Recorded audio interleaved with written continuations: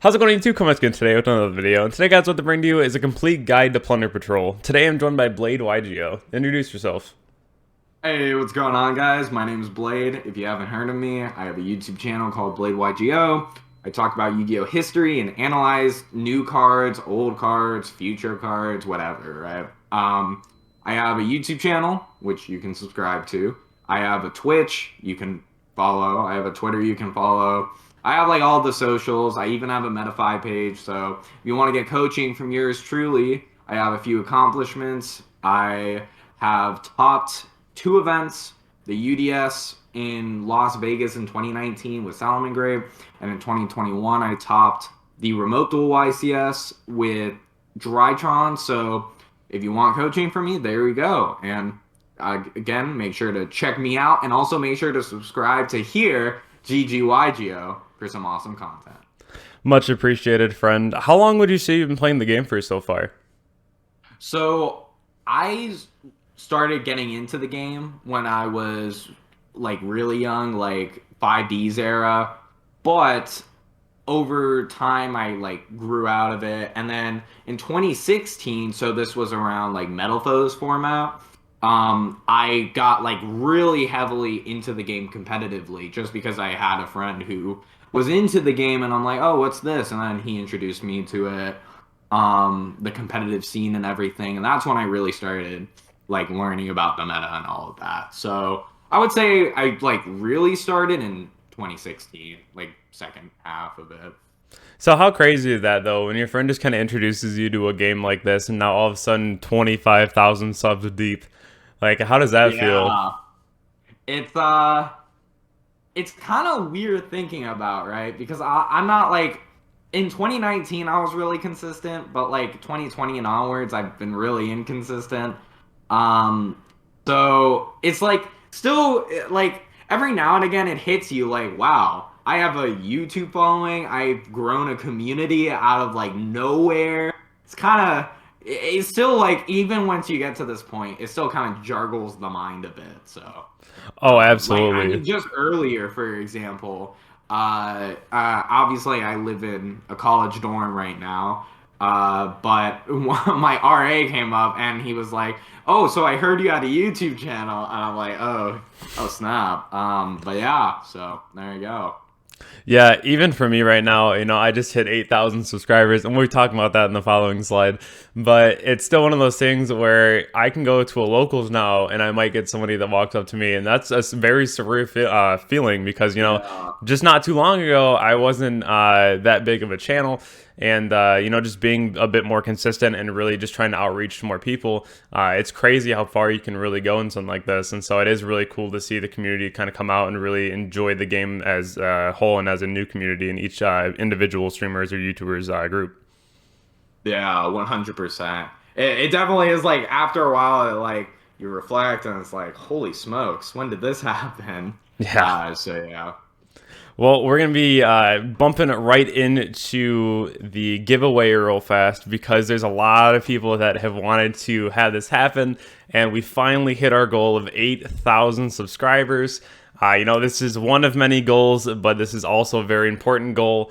At 8,000, being able to move on from our last tourney at 5, and now we're at 8, and then moving very quickly up to 10. We're going to be talking about a couple different things. But for the giveaway, if you want to enter, go ahead and follow my Twitter at GG__YGO. We still have not been able to get the full name yet. Subscribe and comment down below. Leave any type of comment, your favorite card, what you enjoy about the game the most, something positive about the Yu-Gi-Oh! Game itself. Follow the Twitter, and then you'll be instantly entered into the giveaway. The other thing too is when we hit 10,000 subscribers, I want to make sure that we have very clear goals.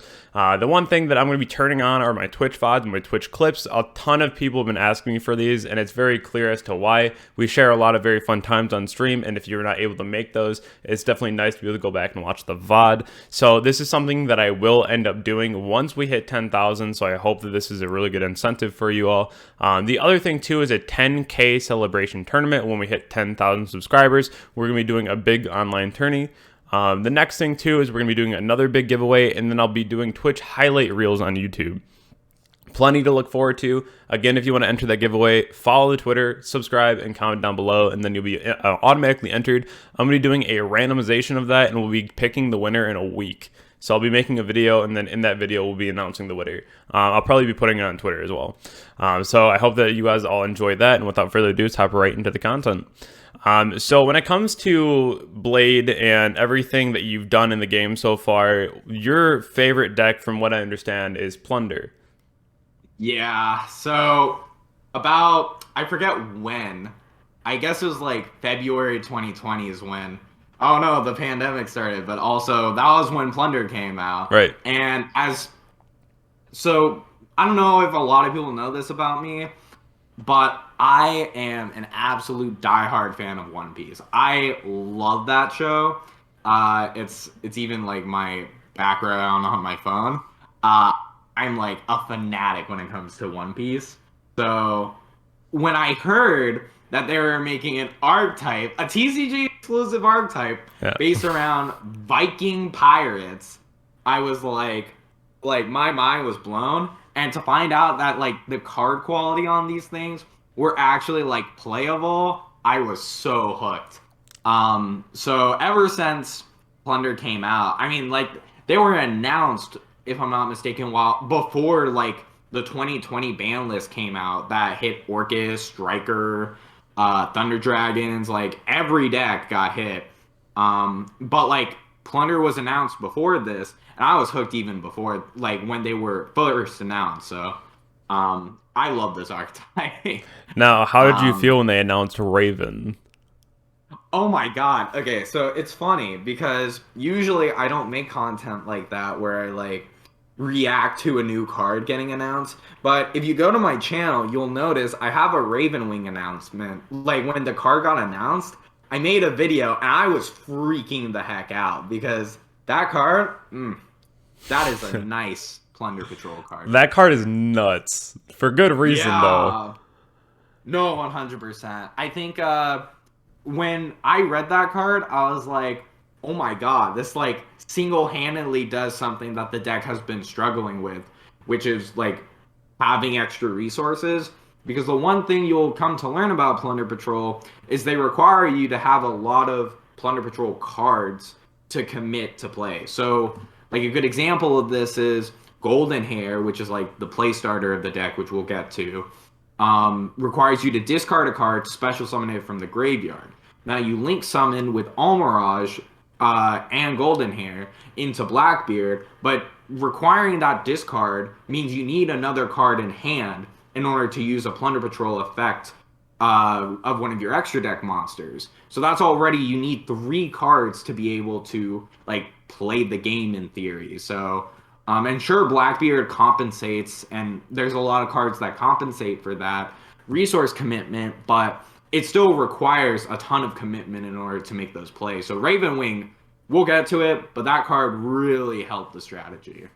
Yeah, and there's always a couple questions too that I like to ask, and we'll be getting to those as we go. But I kind of want to start with what the cards do and what they're trying to accomplish before we start getting into interactions, why we think the deck is really good, what's really holding the deck back, and a lot of those other things that we will dive into. To start things off, though, we have Blackbeard, which is the link 2 of the deck. This is probably the most important card the deck has to offer, just because this is what you're trying to turbo out as much as possible. Let's kind of talk about this card and just kind of what it does and what really makes this card the best thing in the deck. Yeah, so Blackbeard is not like the craziest Link monster ever printed, but it is like the heart and soul of the strategy. It is a Link 2 that requires 2 monsters, including 1 Plunder Patrol. That's very relevant because it means you can use anything else as material. And as we'll see with a card like Solomon Great Almirage, that's very relevant. So it has a quick effect that allows you to target any card, like monster you control, and equip it, special summon a Plunder Patrol from your extra deck with an attribute your opponent controls or in their grave. So the theme being like you steal your opponent's attributes in order to generate advantage for yourself. Kind of like, in theory, like the pirate-esque concept, I guess. But and then you get to draw a card. So the draw a card is like kind of what makes the deck playable, because if you weren't like drawing a card with Blackbeard, like you just don't really have like this like draw engine, or like this really silly card advantage engine that Blackbeard provides. But what you'll notice with Blackbeard is it is the heart and soul of the deck. It's very easy to make, but it also is the center problem of the deck. The reason the deck is good is because you gain a lot of advantage if your opponent gives you the right attributes. So for example, if your opponent has a light on their field or in their graveyard, you can use Blackbeard in order to summon Plunder Patrol ship lists from your extra deck.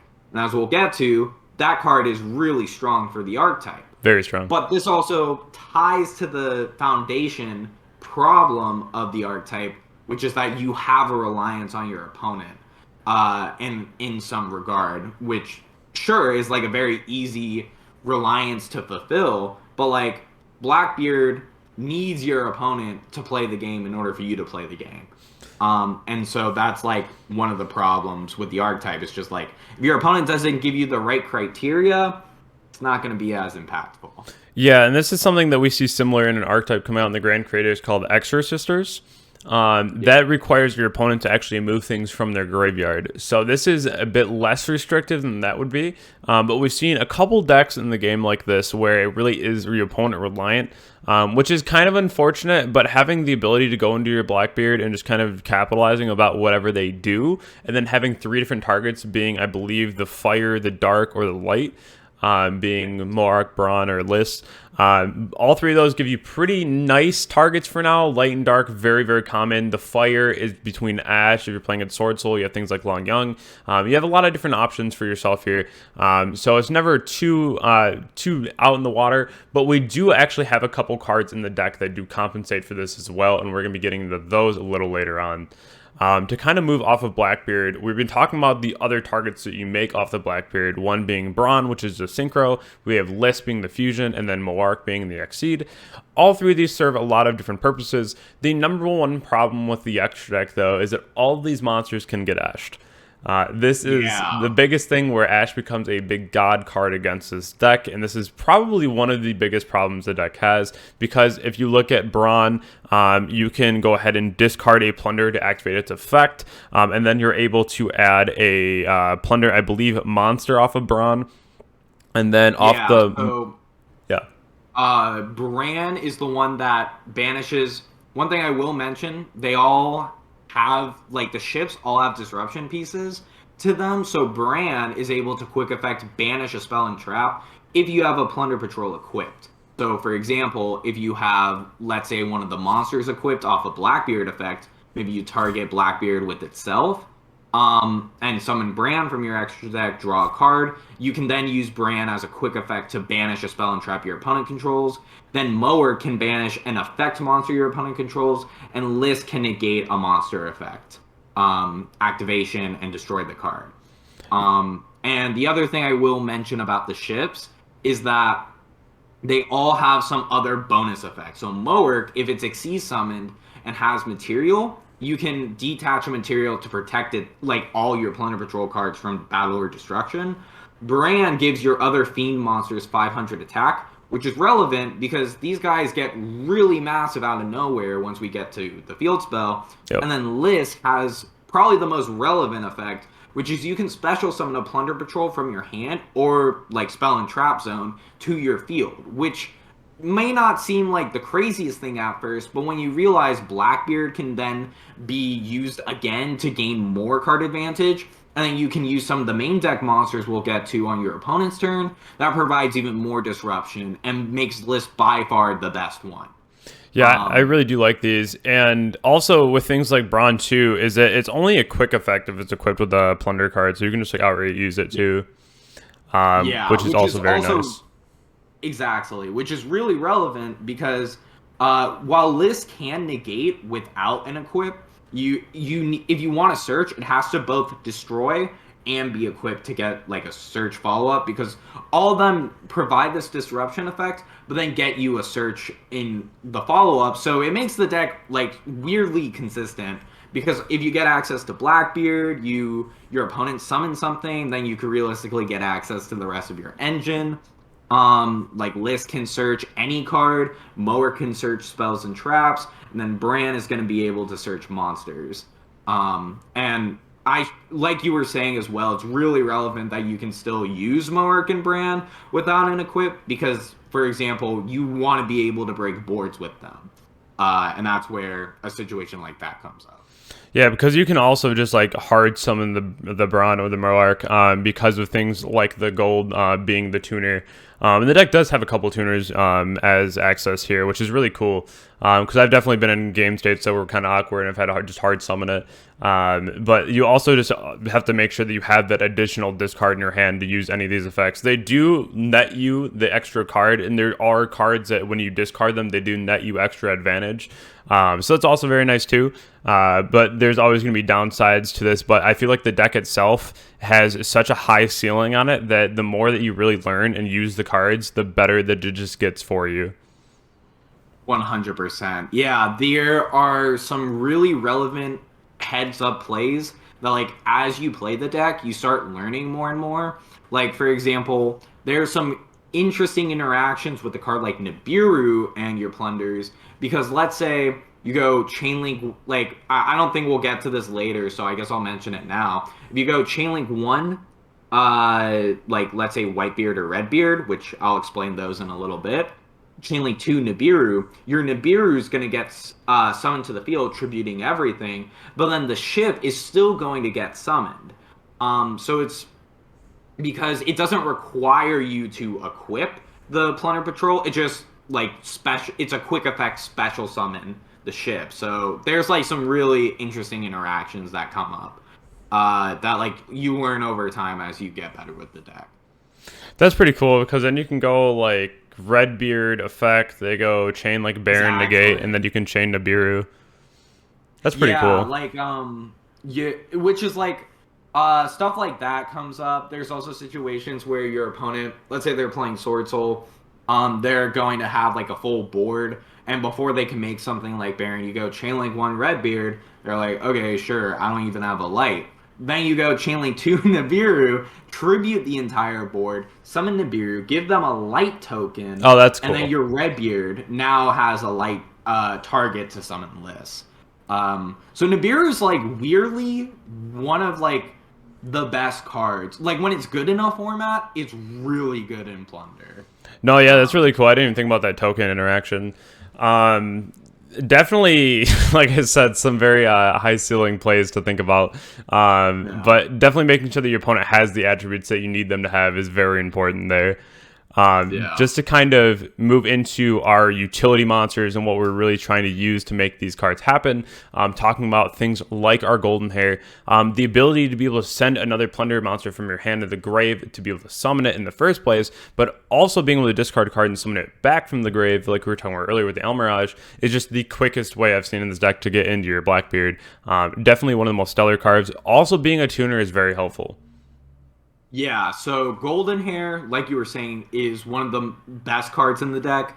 Not just because it's, like, obviously it being a tuner is really nice. You can use it as an extender potentially. The most important thing is, like you were mentioning, the Almirage interaction. And this is kind of what makes Golden Hair so good. It's one of, if not the only Plunder Patrol monster that can, like, really start your plays by itself. Just because, sure, you have to discard a card, but you can normal Golden Hair, link for Almirage, Golden Hair, discard a card, summon it from grave, and that's your one-card Blackbeard right there. And that, like, ability to just make a Blackbeard out of nowhere and then start snowballing with Blackbeard really is one of the best benefits to playing a deck like this, is that it's very consistent in putting up Blackbeard, and that Blackbeard snowballs really quickly. So I definitely think this is, like, one of the most important cards in the deck. Yeah, and just kind of complement that too, Whitebeard being probably, besides Raven, just one of the most stellar things we've seen come out of this build. Especially with Raven, like we were talking about, coming in kind of late to the game. We saw the beginner cards, and things were a little tough to get things off the rocks and just really get it rolling. But now with the Raven being able to combo with the Whitebeard so well, especially if you already have a Golden Hair Engrave, it's so insane. Because if you have Whitebeard, if it's sent from your monster zone or the hand to the graveyard, you're allowed to special summon from the deck, which is it's very, very good consistency. We're going to be talking about a nice interaction later on with Whitebeard. And then if you want to explain what Raven does. Oh, 100%. Yeah, Raven is probably, because people always mention, just like we were mentioning earlier, the biggest problem with this deck is the attributes. If your opponent, we don't even have a wind or earth ship, which means if your opponent's playing something like Bird Up, you can't really do much until they commit to a non-attribute or one of the attributes provided. But regardless of that, the deck needs like a strong enough foundation for the extra deck to matter. And so that's why a card like Ravenwing is so crucial to the strategy, is this card arguably provides a good enough foundation for the deck, just because it provides you so much more card advantage than you would have otherwise. Like we were mentioning, Whitebeard and Ravenwing are like the power cards of the deck because they provide a ton of card advantage. I mean, Whitebeard is just going to special summon something from deck, and as we'll see even later in the video, there are like some really cool interactions with this card that you can manage. Whitebeard is definitely like the best extender in the deck besides Ravenwing. And Ravenwing, I mean, this card, I can't stop praising this card because it really is so good. It means Redbeard, Bluebeard, Golden Hair, if you normal summon them, link for Almirage, you can then use Ravenwing effect, get the Plunder from your grave to your hand, make a Blackbeard, and now you already are locked and loaded with that Plunder Patrol in hand to get full value off of your Blackbeard into a ship. Yeah, and that's not even the end part of Raven either. Like, Raven still has a whole nother effect that's really relevant. I know, it's like, this card just gets better and better. It's really, like, I'm so glad we got this card because it really helps the strategy immensely. So yeah. Yeah, because if this if that Raven gets sent from the monster zone to the graveyard, you can target, if you're like Redbeard or something's equipped to a monster in the spell and trap zone, you can special summon it in defense. Not only does it recur and then summon itself, it also gets another extender. So this card is just absolutely insane. And then not to mention even that, when the Whitebeard's on the field during your opponent's turn, you can just use it as a quick effect Blackbeard effect too, and just go ahead and get a free extra deck monster. Yeah, no, I'm glad you mentioned that because that's probably one of the most important things to remember about the deck. Whitebeard, and soon we'll talk about Redbeard, but these two do have a quick effect on the opponent's turn, which make them, in theory, a one-card play. I mean, realistically, you don't want to start with them because it's not Blackbeard. Yeah. But these cards enable you to kind of extend your plays from just Blackbeard. Let's say, for example, you go Blackbeard, summon Moark. Moark can discard a Whitebeard. And then you get your disruption. But what's crazy here is Whitebeard then summons out Redbeard from deck, and then Redbeard is going to have that quick effect. Not to mention, later in the video we'll get to Plunder Patrol Booty, which can revive your plunders from the grave, and then you can revive something like Whitebeard or Redbeard in order to get another disruption. So something this deck doesn't struggle with as much as other decks is, I think a lot of the time I'm reminded of Salamangreat in a weird way with this deck, but one of the big differences is this deck can extend a lot further than Salamangreat into like more disruption pieces, just because let's say your opponent is like creating a board and everything, you're trying to stop them from creating the board. Your Whitebeard and Redbeard and Blackbeard can all provide as disruption in some regard. So definitely that's a very important thing to note about the Plunder Patrols. Yeah, I just really love how they really just work kind of in conjunction with each other, especially as you were mentioning earlier with the Nibiru interaction, how Nibiru kind of hurts a little less, just because if you already can't get to an attribute and they give you that attribute, that's kind of really awesome. Because like you said too, Liss is one of the best things that we have in the extra deck, being the fact that you can special from the spell and trap zone. Also, you get the monster effect, and then you can search any plunder card. Very fantastic option for us here.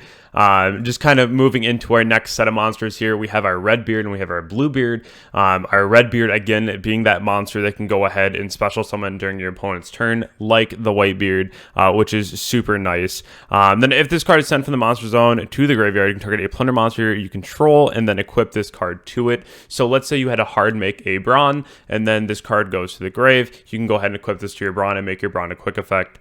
Which is also really nice if you end up having the Raven Eyes too, that you can go ahead and summon that, make a link, and then go ahead and ring this back out. So there's a lot of ways just to kind of extend and keep going with your opponent.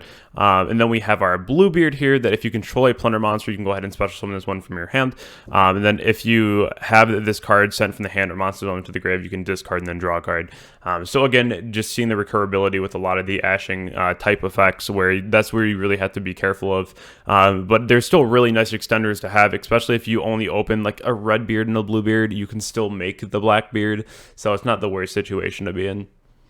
Yeah, like you were mentioning, I think people sleep on Bluebeard and I guess Redbeard to an extent. I think Redbeard is arguably the one Plunder Patrol you could feasibly cut down on, maybe Bluebeard as well, depending on your list.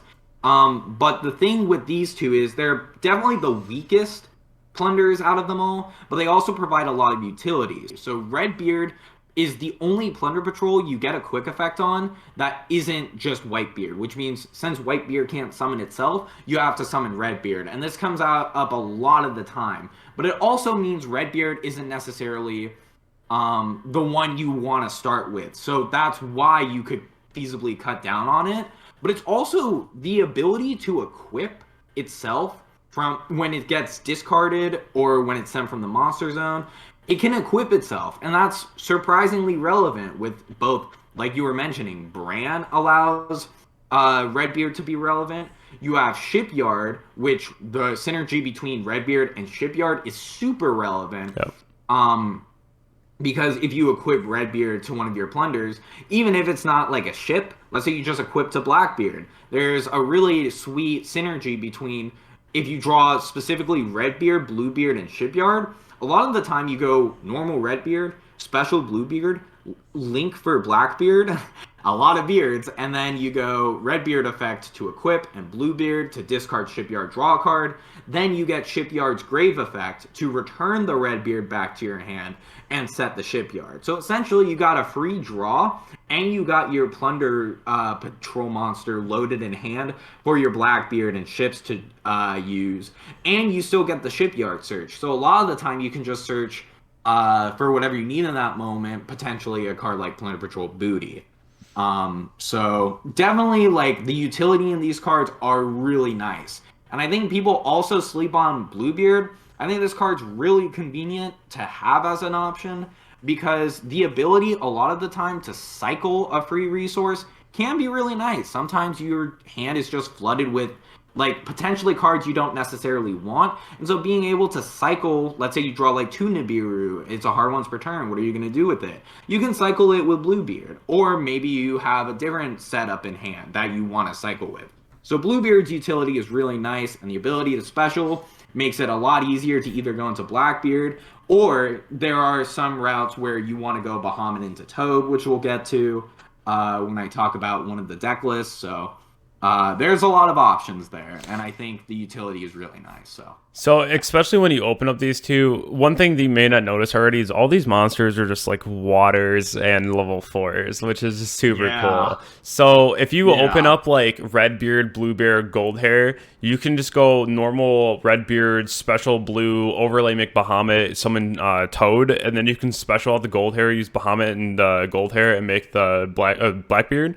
and then you have a negate in Blackbeard, which is really cool. And so there's a lot of different things you can do with these cards that aren't just in archetype, because you do get locked into plunders pretty fast, but as long as you play it smart, it's only for the rest of the turn. So you can kind of play around that to an extent. That's why we can't really play like Fusion Destiny and whatnot, like you'll see in the list. So we just don't do that. We wish we could, but it's just not something that's optimal.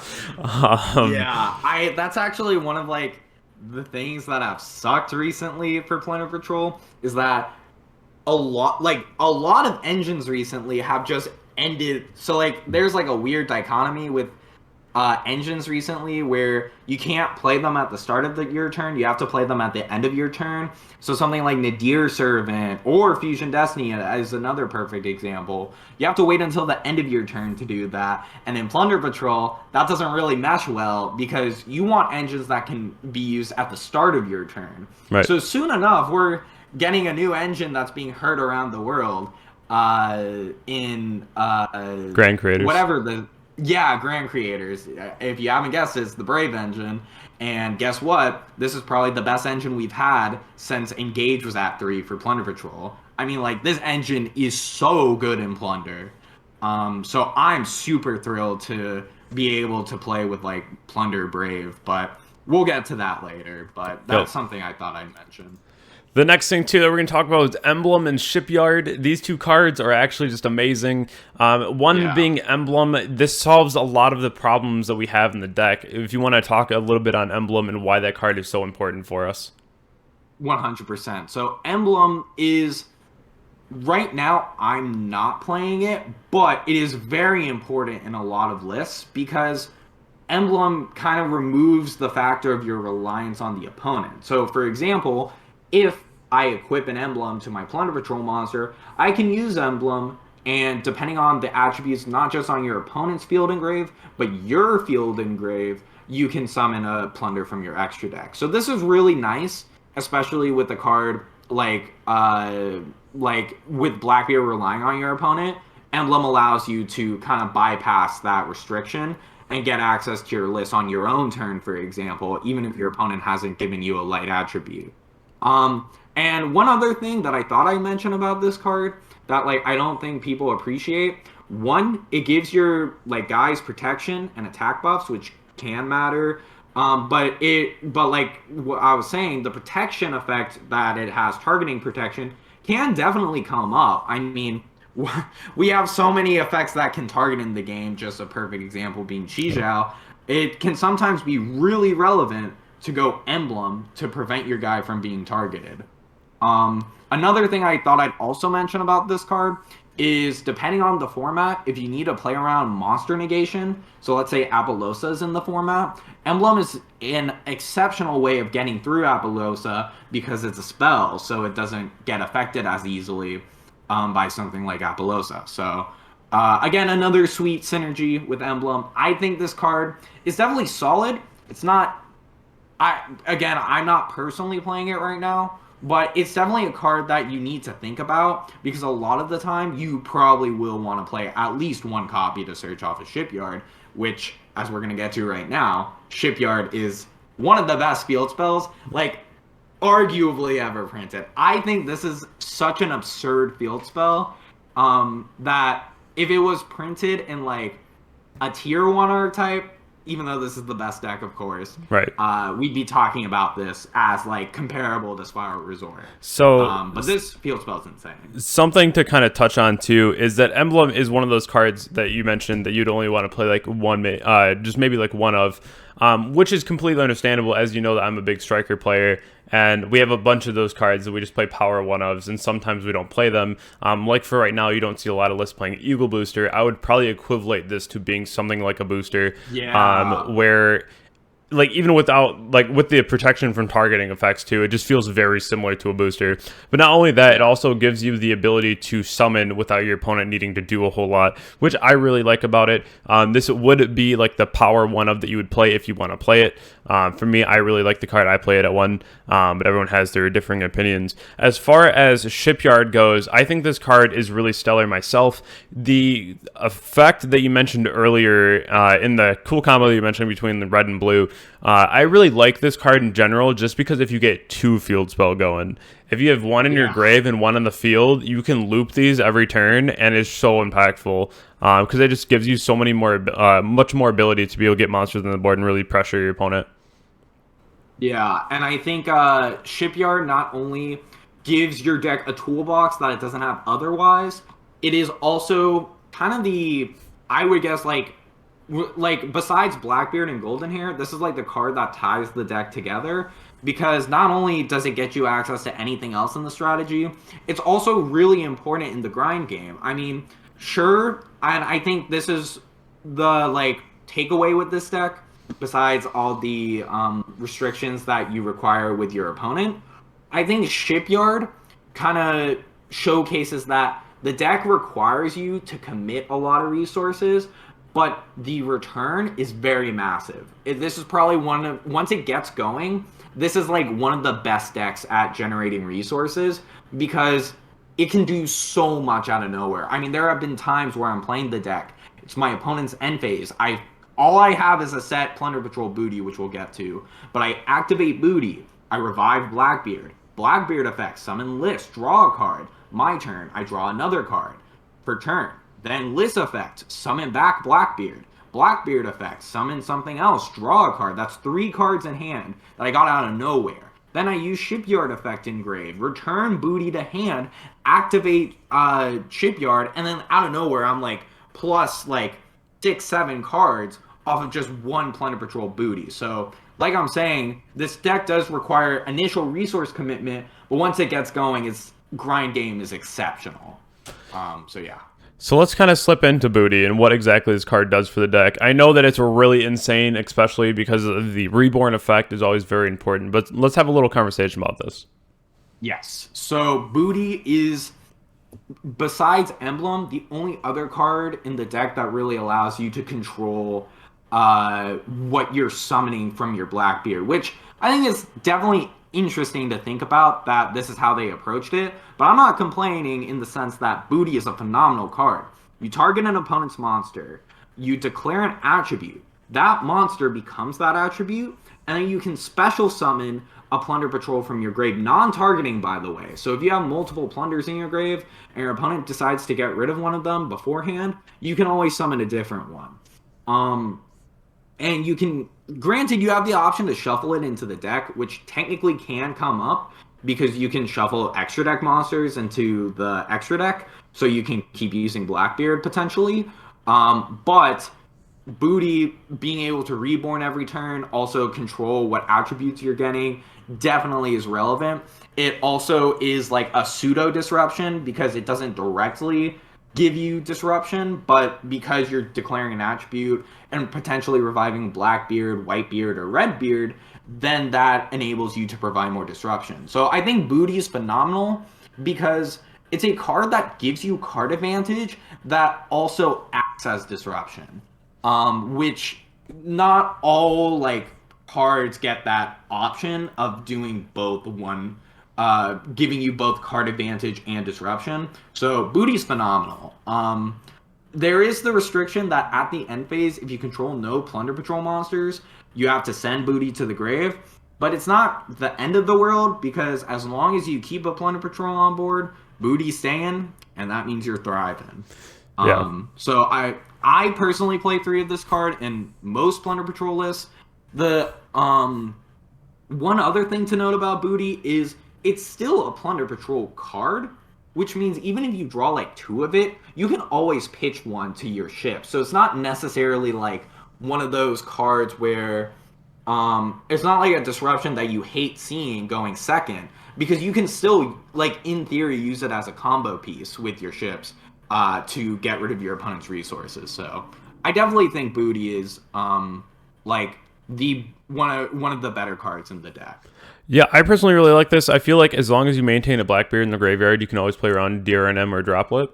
If your board gets shut down, then you always have an option to come back, reborn your Blackbeard, and kind of go crazy as much as you realistically can at that point, right? But at least you're not stuck in the water. That's why I really like this card, because no matter what really happens, it still gives you a play around If they go ahead and they use something like L-Storm on your board and they hit your Blackbeard, of course you can always chain your Blackbeard and put something in defense. But if it is followed up by like the Chalice or what have you, again, you just still always have the rebuttal for your opponent as well. So I really like this card just in general. It's always going to be a 3 of in my opinion. It's just really hard to cut it down. Like you said, being a patrol card as is, you can always just go ahead and discard it if you don't need it at the time.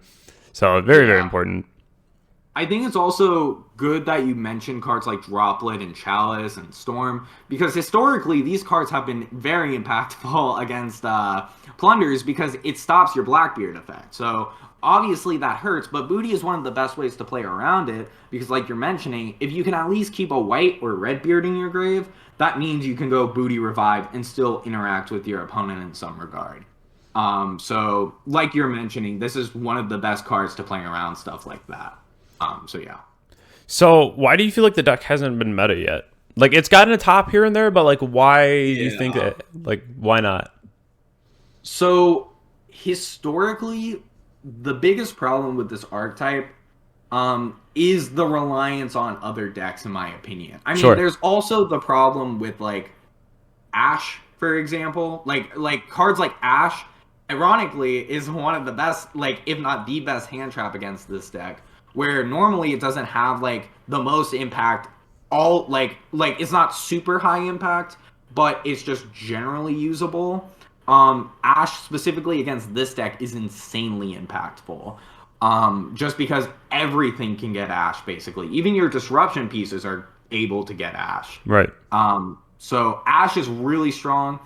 I think, although I think the biggest problem is definitely the reliance on the opponent. Like, we can take this metagame, for example. If your opponent doesn't give you a light attribute, then, or a dark attribute, let's say you're playing against Sword Soul, which isn't even like the worst matchup. If they don't give you a light or dark, let's say you're going first and they're playing going second, they don't summon a Tangy, they just go Moye effect, reveal 1 from hand.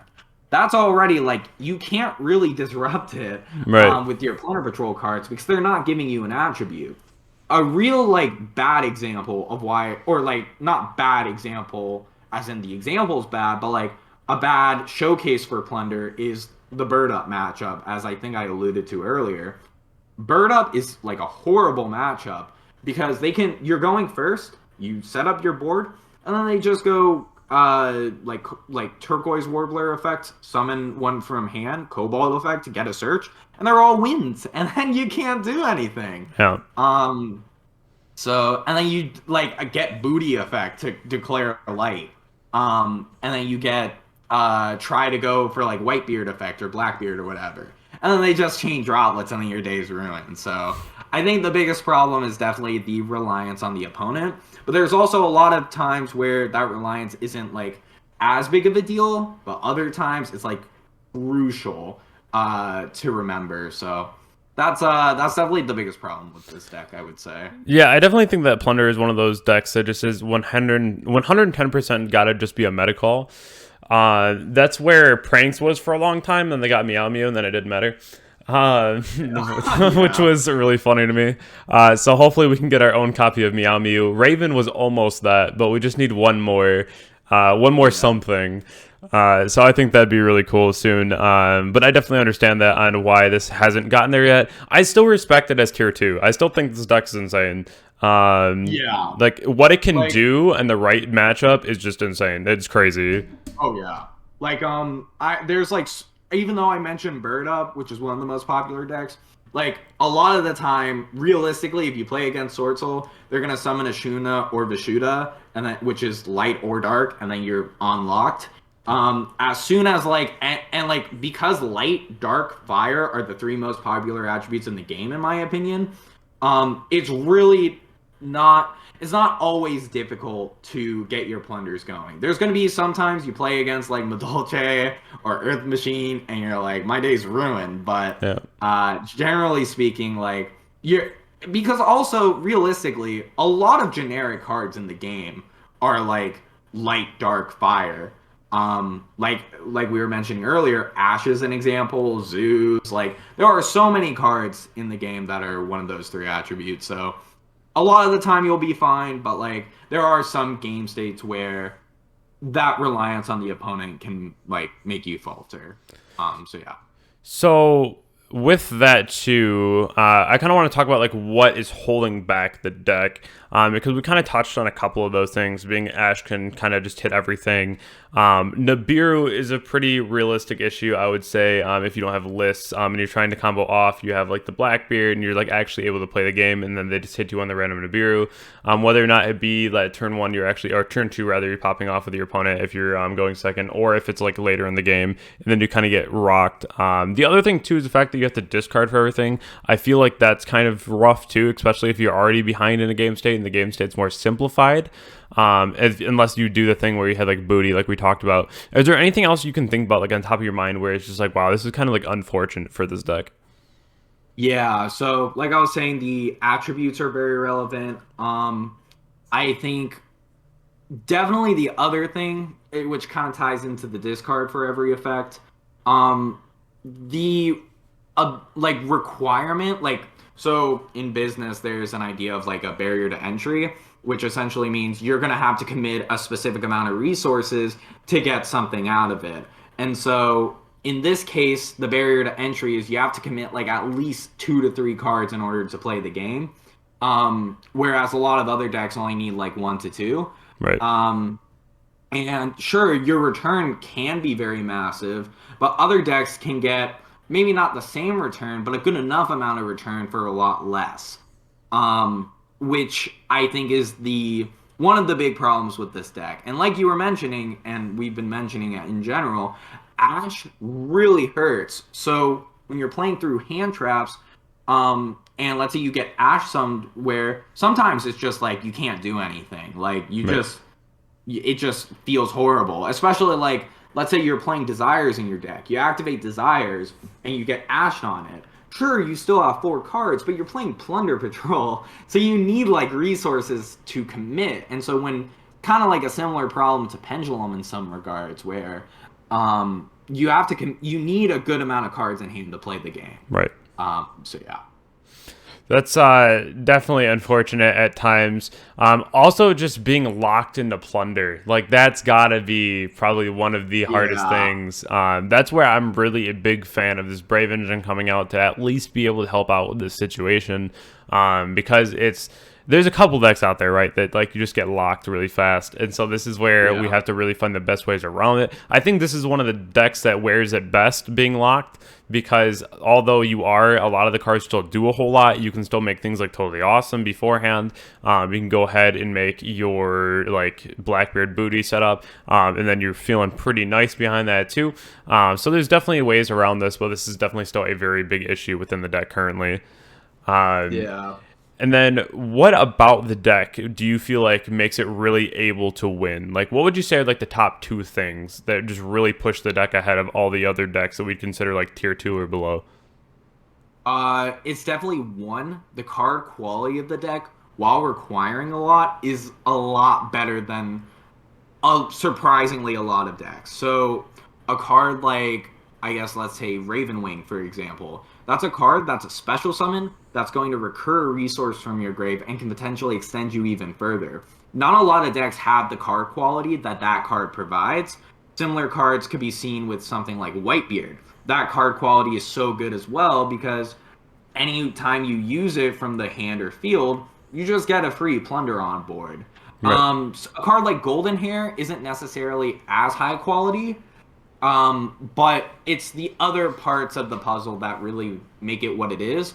And then additionally, this deck's snowball ability is absolutely like off the charts sometimes. Like if you get into a simplified game state, your opponent has like 1 monster. You, like I was saying earlier, flip booty, and that could easily just win you the game on the spot.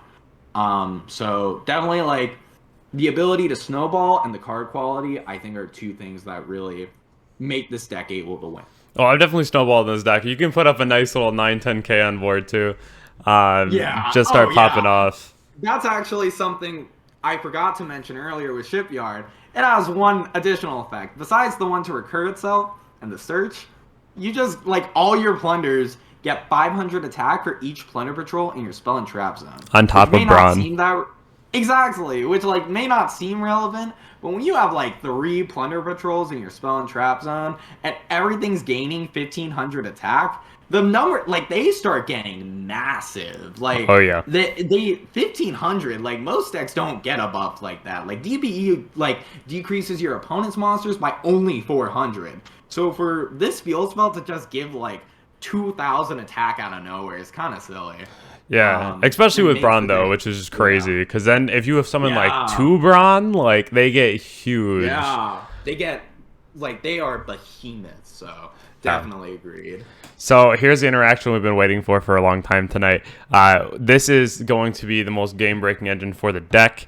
And basically what we're talking about here is Journey of Destiny, being able to go ahead and add a card and pitch a card. So you're going to activate Journey of Destiny. You're going to add your Griffin Rider and then discard your Whitebeard. And then on a new chain, you'll go ahead and use your Whitebeard, and you can chain your Griffin because you control the Brave token. Which is insane because you get to summon it before you're locked. And this is just one of the best interactions we have in the deck right now. It's kind of crazy how well the engines have been working, like work together. But you have to also think about it. We've been waiting, like, we didn't really get, like, we got the archetype in 2020. The only, like, engine we've had to mesh with Plunder, like, in recent times, I would say is just Eldritch. And, like, every deck was splashing Eldritch. Like, Brave meshes so well with Plunder, it's kind of mind-boggling. There's, like, barely any conflictions. It gives you free resources. So, for example, when you search the Equip spell, for no reason whatsoever, other than summoning a monster, you know, the usual, you can then discard it off of Shipyard and get a search for free. So this, like, they just mesh so perfectly. Yeah, and then that equip spell gets re-equipped to the token. Yeah, and there's other cool things about the engine too. So I think, like, just the fact that you get free cards off of it is just insane. I mean, like, another sweet thing about the engine is it meshes really well with Shipyard because you can discard Aquamancer to Shipyard and then still use Aquamancer effect. So not only are you getting the search, which we can set up the Whitebeard play in this sequence, you also, like, just get free, like, resource input. So like I was saying earlier with the concept of a barrier to entry, Brave gives you less of a barrier to entry to play the game, which, I love. Like, they mesh so well, so I'm really pumped. Yeah, there's a lot of value behind them. I really like the fact that they're recurring every turn, and I believe the first effect of Golden Hair also doesn't lock you into Plunder, only the second. Even then, you could still go Aquamancer effect, search for Rite of Aramesia, then activate it. And then the cool thing is, because you get that free equip spell, I'm going to keep mentioning that because it's really relevant. Yeah. You can, like, once you get it set up, you can normal Golden Hair, get the equip spell, link Golden Hair into Almirage, Golden Hair effect, pitch the equip spell, and now you have free discard fodder. Yeah. So yeah. That's really nice. Let's go ahead and start talking about your current format list too. Just kind of go over this. I see that you're playing the cross out because of things, especially like Imperm or Ash, as we've been talking about this whole video. Are there any particularly interesting or important cards you have in the list here that you would say need to be here? Or is it just very noodle soup? So the thing about Plunder Patrol that also can be relevant to think about is your Blackbeard draw. So because Blackbeard is the center point of the deck, you want to think about, if I draw that card, I may just want it to be like interaction, like Ash, Nibiru, Veiler, like specifically hand traps, over something like Impermanence or Droplet. Usually I don't like playing random quote-unquote 2-ofs.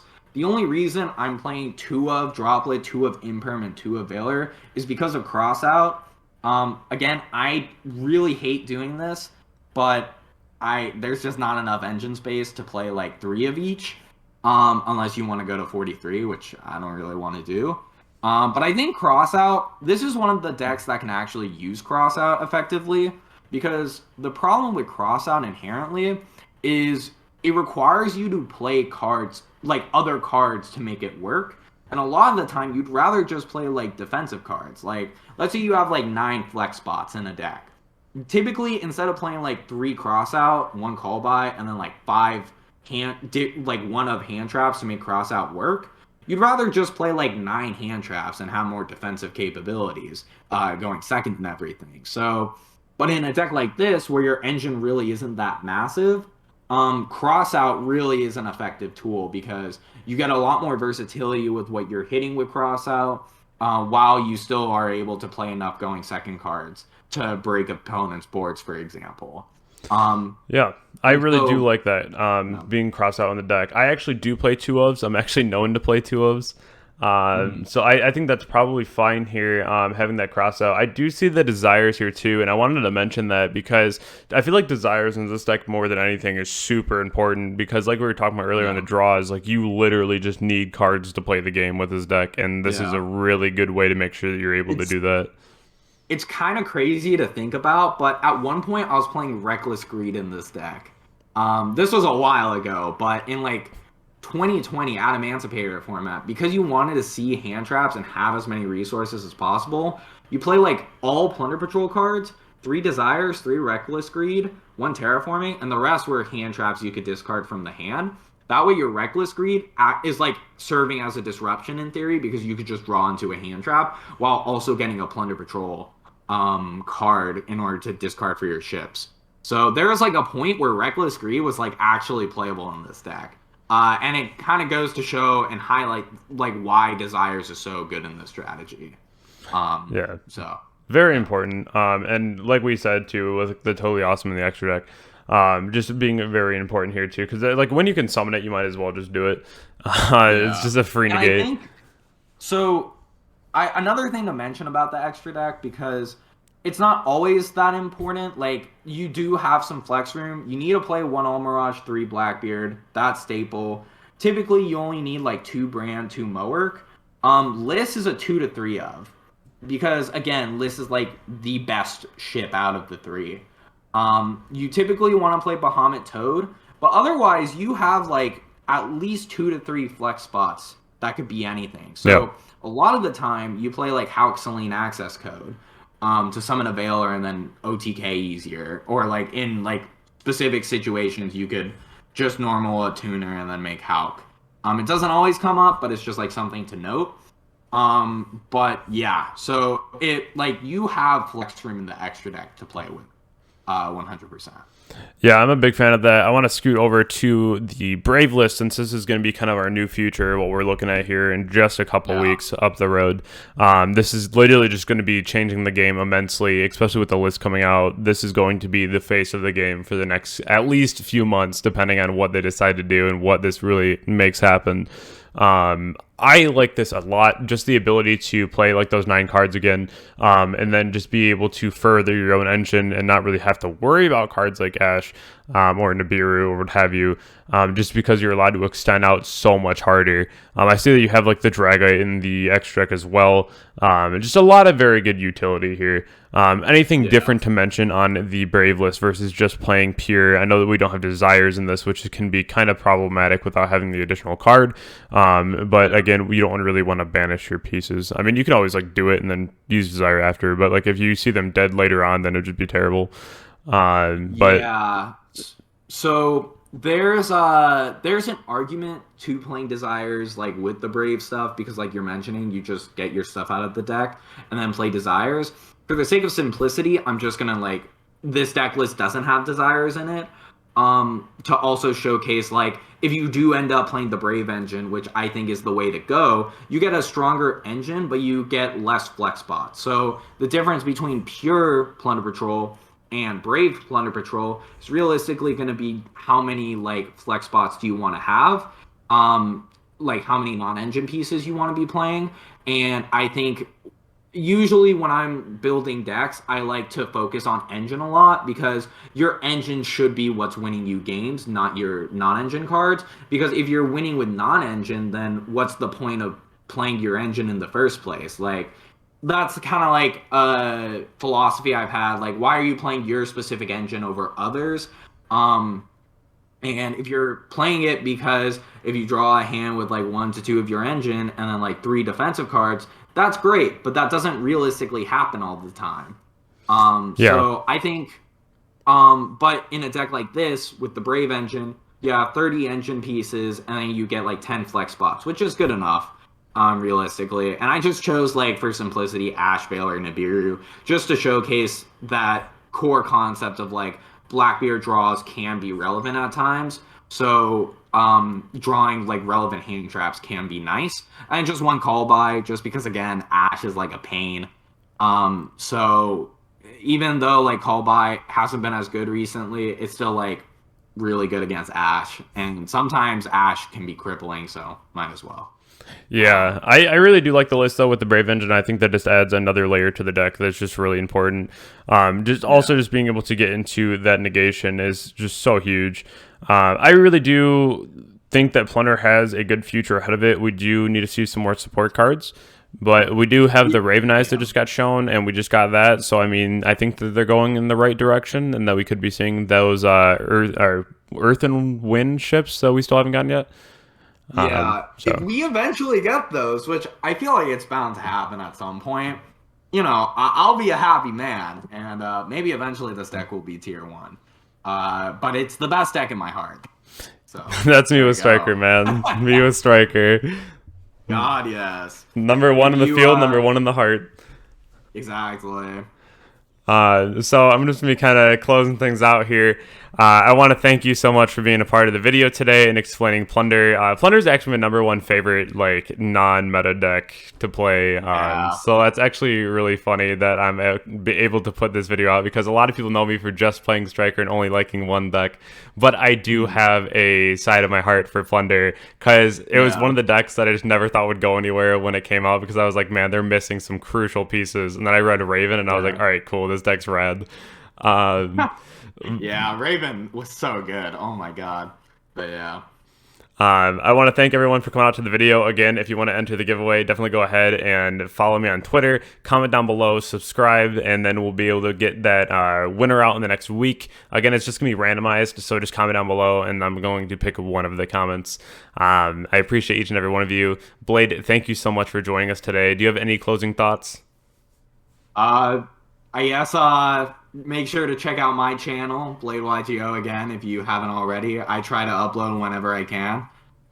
Check out, I'm going to mention this now, check out my team, Luxury Gaming. You probably have heard of them if you keep up with competitive Yu-Gi-Oh! With the LCS and everything. But most importantly, subscribe to GGYGO. Let's get them to 10K, people. Much appreciated. That's the goal. That is the big goal, the 5 digits. I literally would lose my mind. But I appreciate that and all the kind words. Me closing things out. But thank you again so much for hanging out today, and we'll see you all in the next video. Thank you, guys.